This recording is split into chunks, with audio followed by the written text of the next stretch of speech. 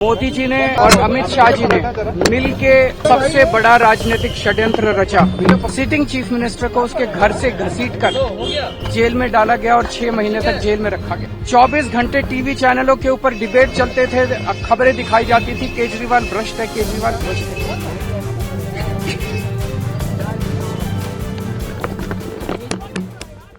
दिल्ली की Rouse Avenue court ने पूर्व मुख्यमंत्री अरविंद केजरीवाल और पूर्व उप मुख्यमंत्री मनीष सिसोदिया को दिल्ली शराब नीति मामले में पूरी तरह से बरी कर दिया। अदालत ने बहुत साफ शब्दों में कहा कि इस पूरे मामले में कोई साजिश नहीं थी और न ही कोई आपराधिक इरादा साबित हो पाया। जिन आरोपों के दम पर दिल्ली के एक सिटिंग सीएम को घर से उठाकर जेल में डाला गया था, आज कोर्ट ने उन सभी आरोपों को खारिज कर दिया है। फैसला आते ही केजरीवाल भावुक हो गए और उन्होंने क्या कहा, सुनिए। हम हमेशा कहते थे सत्य की जीत होती है। हमें भारतीय न्याय प्रणाली पे भरोसा है। मुंह पे जा रहे सर के माइक। मैं जज साहब का बहुत बहुत शुक्रिया अदा करता हूं, जिन्होंने हमारे साथ न्याय किया, सत्य की जीत हुई। मैं हमेशा कहता था कि भगवान हमारे साथ है। मोदी जी ने और अमित शाह जी ने मिलके आजाद भारत का सबसे बड़ा राजनीतिक षड्यंत्र रचा। आम आदमी पार्टी को खत्म करने के लिए आम आदमी पार्टी के सबसे बड़े 5 नेताओं को जेल में डाल दिया गया। यहां तक कि सिटिंग चीफ मिनिस्टर, जो आज तक भारत के इतिहास में कभी नहीं हुआ, सिटिंग चीफ मिनिस्टर को उसके घर से घसीटकर जेल में डाला गया और 6 महीने तक जेल में रखा गया। हमारे उप मुख्यमंत्री मनीष सिसोदिया जी, उनको लगभग 2 साल तक जेल में रखा गया। पूरा का पूरा फर्जी केस था। हमारे ऊपर कीचड़ फेंका गया। कोर्ट ने अपने आदेश में क्या कहा, चलिए जानते हैं। बार एंड बेंच की रिपोर्ट के मुताबिक स्पेशल जज जितेंद्र सिंह ने सीबीआई द्वारा आरोपियों के खिलाफ चल रहे इस केस को बंद करने का आदेश दे दिया।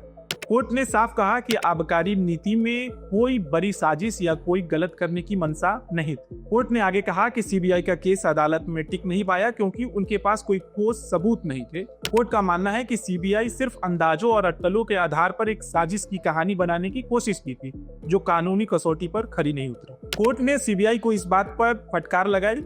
उन्होंने कहा कि अपना पूरा केस गवाहों के बयानों के दम पर खड़ा करने की कोशिश की। जज ने सख्त टिप्पणी की, वो आइए बताता हूँ कि क्या है। यदि इस तरह की आचरण की अनुमति दी जाती है तो यह संवैधानिक सिद्धांतों का गंभीर उल्लंघन होगा।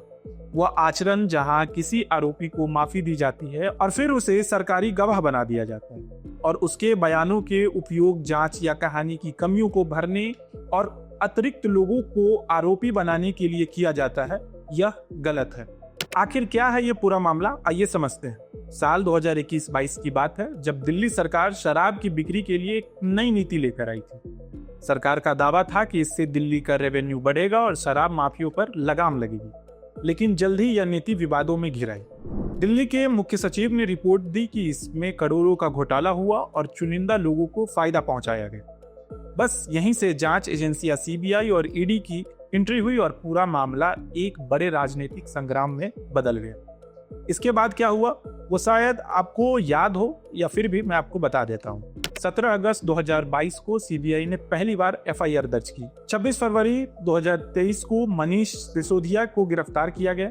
फिर 9 मार्च 2023 को ईडी ने उन्हें मनी लॉन्ड्रिंग के केस में जेल भेज दिया। फिर 21 मार्च 2024 को ईडी की टीम अरविंद केजरीवाल के घर पहुंची और उन्हें गिरफ्तार कर ली। पूरे समय जांच एजेंसियां कहती रहीं कि साउथ ग्रुप से पैसा लिया गया, गोवा चुनाव में वो पैसा खर्च हुआ। लेकिन आज कोर्ट ने साफ कर दिया कि ये सिर्फ कहानियां थी, इसके पीछे कोई ठोस सबूत नहीं थे।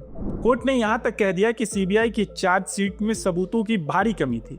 खबरों के अनुसार इस केस में आम आदमी पार्टी की नींव हिला दी थी। पिछले विधानसभा चुनाव के दौरान आम आदमी पार्टी के टॉप लीडर्स जेल में थे। जनता के बीच जो छवि बनी, उसका नुकसान पार्टी को उठाना पड़ा। लेकिन आज का यह फैसला आपके लिए एक संजीवनी की तरह है। वहीं अरविंद केजरीवाल की पत्नी सुनीता केजरीवाल ने अपने सोशल मीडिया पर कहा कि सच को दबाया नहीं जा सकता है। अब सवाल यह है कि जो वक्त केजरीवाल और सिसोदिया ने जेल में बिताया, उसकी भरपाई कौन करेगा। इस फैसले के बाद अब दिल्ली की सियासत में नया मोड़ आना तय है। आपको क्या लगता है, क्या कोर्ट के इस फैसले के बाद आम आदमी पार्टी फिर उसी दमखम के साथ खड़ी हो पाएगी, और क्या जांच एजेंसियों की साख पर सवाल उठनी चाहिए? आप अपनी राय कमेंट में लिखिए और देखते रहिए प्रभात खबर। मेरा नाम है आदर्श शिव।